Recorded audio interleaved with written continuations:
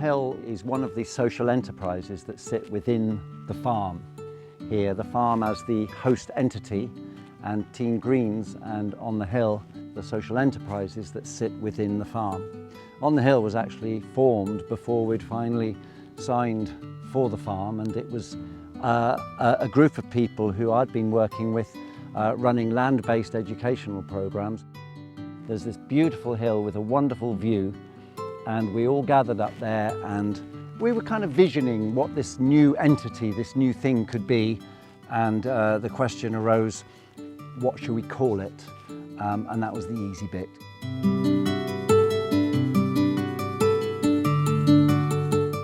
It's designed to serve the community, to bring children and families onto the land, to enable them to participate in a sense of community here, to feel a sense of belonging, to develop a sense of home, so that ideally children and families and all sorts of people in all sorts of ways can utilise this land.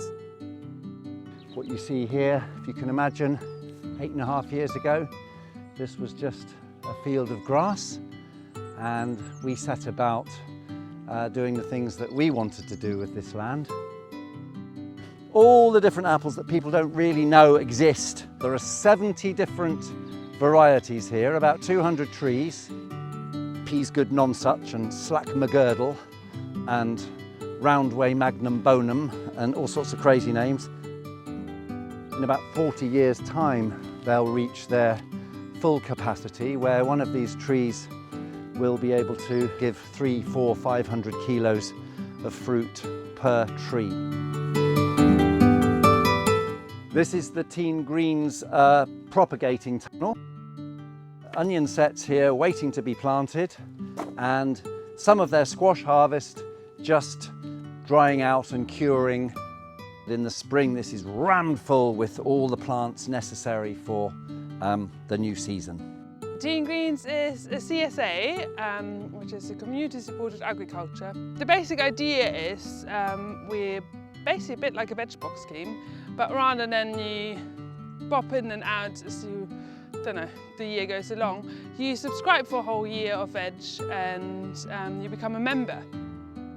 Whoever wants to come can come and volunteer. So usually we have like a Tuesday is our main volunteer day during the week, which is also our veg bag day. So we harvest veg and pack veg bags. So it's sort of I feel like it's quite an accessible variety of jobs that we can do it on a Tuesday, and then there will be usually some jobs in the field during the day as well.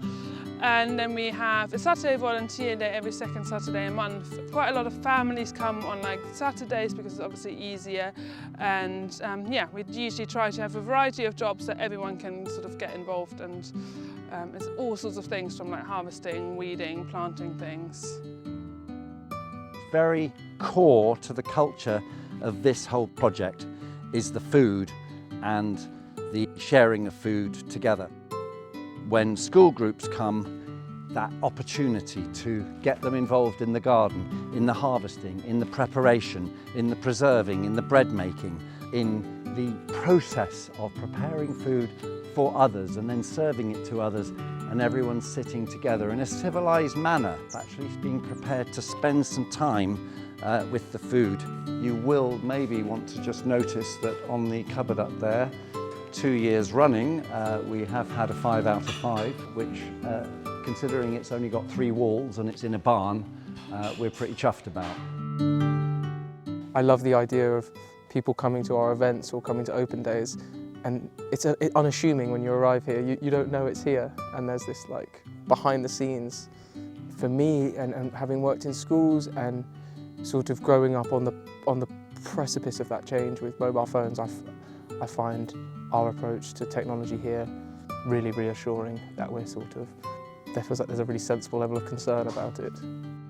We run ceilidhs, we run seasonal evenings, we have a wassail in February, we have events around the solstice, we run a beautiful little solstice spiral event just before Christmas. Lots of fun, lots of creative projects, really open now that we've got our beautiful Cobb Barn as a venue. We have music nights, dances, open to other groups to come in and enjoy the space.